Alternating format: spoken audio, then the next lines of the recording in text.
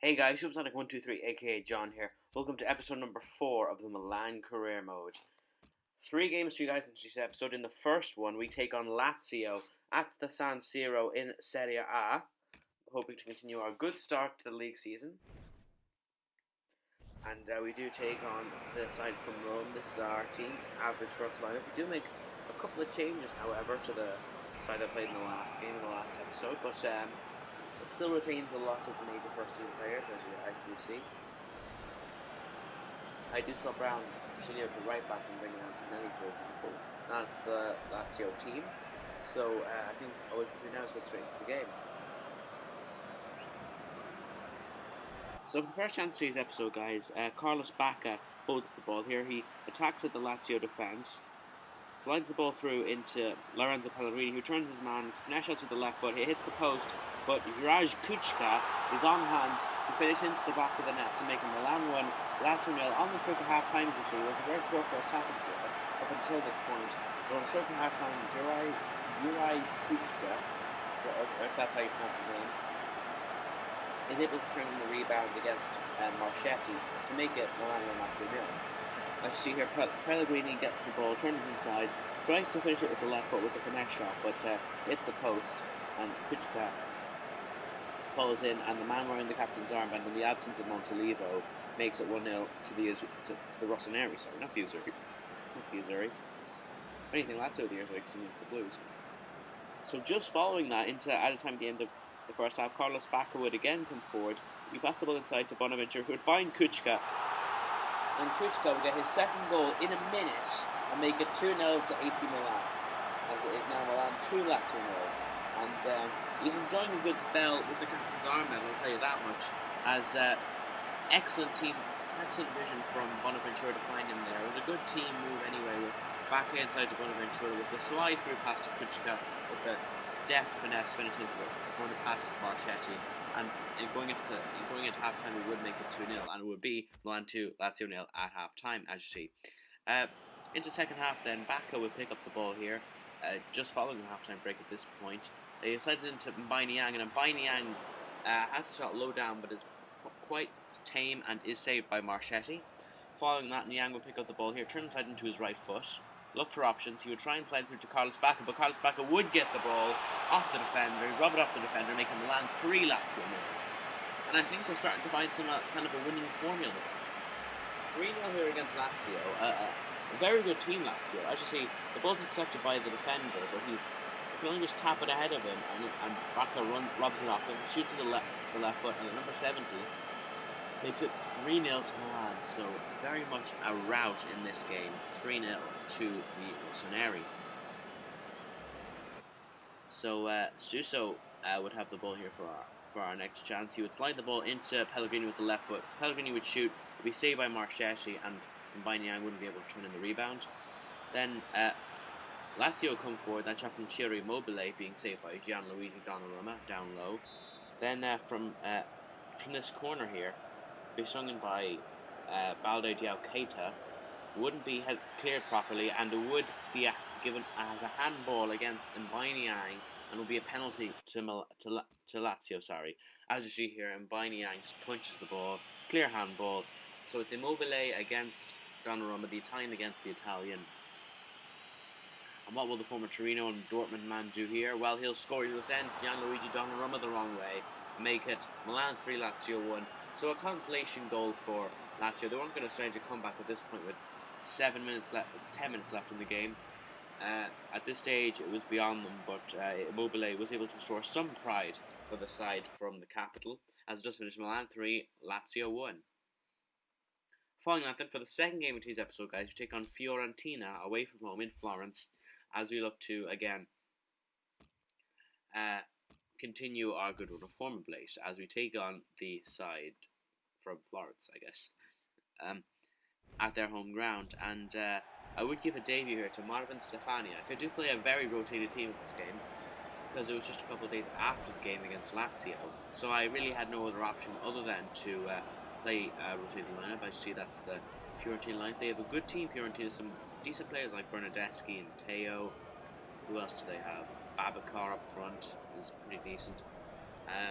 And then our lineup, who was very rotated, was Donnarumma in goal, Abate, Gomez, Romagnoli, and Sicilio in defence, Montalivo, Pasalic, Bortolacci in front three, Belotti, Stefaniak, and I couldn't actually make it who was on the right for us, I think it was Paniak. But anyway, almost immediately, 13 minutes in, Fiorentina would get the chance, and they would convert to make it Fiorentina 1, Milan 0 through Toledo, as the side in purple would make it 1-0 to their side. So what happened here is this Fiorentina player who has the ball slides into Toledo. He turns, shoots in between the legs of Donnarumma to make it 1-0. Then Babacar would slide the ball through here to Ilicic, and his shot would be saved by Donnarumma, as Donnarumma is able to prevent Fiorentina from doubling their lead on the stroke at half-time, as the number 9 is equal to the effort from the number 72. It would be Fiorentina 1, Milan 0 at half-time. Into the second half then, and Abate would slide the ball through here towards Suso off the bench, who would slide the ball into Montalivo with the volley with the left foot. It'd be saved by Tetrusano though, and the Romanian make sure that the game finishes Fiorentina 1, Milan 0. So I think all the chopping and changing from the Lazio game to the Fiorentina game did cause that defeat. But I still think we found a good formula with the team that played against Lazio. So I would play that lineup in this next game that you'll just see in a second. So we do get our scout future star back. It's this guy, David Pinot from France. We do sign him straight away because he has 61 overall, 70 to 90 potential. We'll know a bit later on in the episode what his potential actually is. To the nearest 5, I suppose. It shows some of his potential ratings there. Potential to be an absolute rapid player of like 94 acceleration, 94 sprint speed. He's obviously not going to be that now, but with training he could grow to become that. So we do offer him a contract with the club, as we also receive our scouting updates from Greece and Italy. Of course, again, the only reason we went to Greece is because it's near Italy. I mean, there's a handful of countries near Italy we could have done one. There's Greece, or there's Croatia, basically. But anyway, as in terms of our Italian scout, he doesn't bring us back anyone I don't believe that we end up signing, because all these guys are rubbish, basically. But for the third and final game of today's episode, guys, we will take on Sassuolo at home at the San Siro in Serie A. Sassuolo last season came 5th, I believe, in Serie A, with Milan finishing 7th. And, Milan definitely came 7th, but Sassuolo are now in the group stage of the Europa League for the first time in their history, having been promoted for the first time in their history in 2013. As I just break for a second to show you that we are the best defensive team in the league at the minute, level with our intercity rivals Inter. Our intercity rivals Inter. I think we're doing pretty well as a description of the side of the Nerazzurri. But that's the lineup we went with. Very similar, not the same to the one we played against Lazio, and the Sassuolo lineup has some stars in it. No Domenico Berardi in this lineup, but we do have a few players like Daniele Baselli. No, that's who's Torino. What am I on about? But we do have Paletta did play in defence in this game for Sassuolo, having been sold by us to them, and of course Lorenzo Pellegrini played against his former side, so that's fun. Anyway, Matteo De Sciglio here would get the ball on the right hand side, and he'd burst past a couple of defenders. The fullback would then bring the ball back into the box, or be headed into the back of the net by Giacomo Bonaventura, and it'll be Milan 1, Sassuolo 0. Just under half an hour in, Bonaventura runs to the camera, and the hero of the Super Cup against Juve would make it Milan 1, Sassuolo 0, as the side in green and black are punished here for just a temporary lapse in concentration, as Bonaventura is able to sneak in past the defender, get his head on the ball, and put it past the keeper to make it 1-0. Following that, then we had a free kick here. Rugani would play it short to De Sciglio, who would find a mining angled space. He would put it back to Bonaventura, who would slide in Alessio Romagnoli, and Romagnoli, the centre back, picks up the ball, shoots, scores, makes it Milan 2. Sassuolo 0 on the stroke of half time, as they both head up for advertising. One actually go inside it, a glitch, I know. But either way, the young man, 22, is fairly young. Romagnoli, 13, is able to make it 2-0 here. Not unfortunately, but it's a centre back, but he was able to finish on that occasion. It will be Milan 2, Sassuolo 0 at half time. Into the second half then. Bonaventura pick up the ball here, find Carlos Bacca. He would turn inside to his right foot, shoot. It would be saved though by Consili, the Sassuolo keeper. Following that then, we have Lorenzo Pellegrini here against his former side, picks out Carlos Bacca. Carlos Bacca sprints past the defence, he only has Consigli to beat. Can he beat him this time? Yes he can. It is Milan 3, Sassuolo 0. For the second game, or for the second home game in a row, Carlos Bacca makes it 3-0 against a side that are fairly strong and one of the better sides in Serie A. But still, I think we're tearing Serie A defence to shreds at the minute at the San Siro anyway.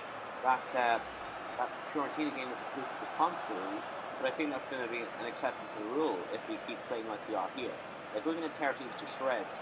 Like, I hope Juve are prepared in the next episode, like, because we're going to give them a serious contest. I can tell you that much right now. It's going to be a serious contest between us and Juve. But anyway, Bacca makes it 3-0 to the Rossoneri, sorry. And Andrea Veloci off the bench picks up the ball here. He would turn the side into his right hand side. He would pick up the ball back after it's deflected. He would shoot and he would score to make it Milan 4, Sassuolo 0. I'm running out of things to say to keep this commentary interesting, but Veloci does make it 4-0. It's now definitely a rout, even with the last 10 minutes here, as the ball is deflected off the defender, but it'd be attempted pass into Pellegrini. But he picks the ball up. The former Torino man picks a spot, shoots and scores. It's Milan 4, Sassuolo 0. And Sassuolo are going to be licking their wounds after this one. But Sassuolo here do come forward for once, and they do manage to get a consolation goal. Really a comedy of errors in the defence, as the attempted shot from the Sassuolo man is blocked. Nobody on hand to pick up the rebound. Donnarumma's already dived, so the goal's wide gaping open. So he just has to slot into the back of the net. But we would get a revenge here, as Tashilio takes it above his man, heads it into Pellegrini, who would find Mbanyang. He finds Luca Antonelli, and Antonelli would make it 5-1, as we do record our biggest win of the series so far. In injury time here, we would make it Milan 5, Sassuolo 1. The left back Antonelli picked out by Mbanyang.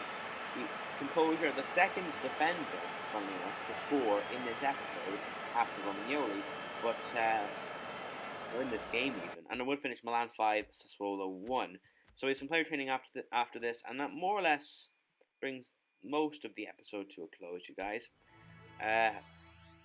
Not quite, we do have a little bit left. But as you see here, David Pino accepts his contract, and the office tells us that we achieved one of our short-term youth development goals of signing 2 players who had potential under 20. I'm assuming the other one would have been maybe, I'm not even sure. But these are David Pino's stats, and he has 5-star skills, guys. He has 5-star skills. He's 16 years old, 61 overall, showing great potential, which means he would be 80 to 85 potential, which is actually very good if you're considering his 5-star skills. So after this player training here, we do end today's episode right here, guys. I hope you're looking forward to tomorrow's episode. We take on Chievo Verona and Juventus, which will be a live game. So make sure to like, comment, subscribe. Stay tuned for the next episode, and goodbye.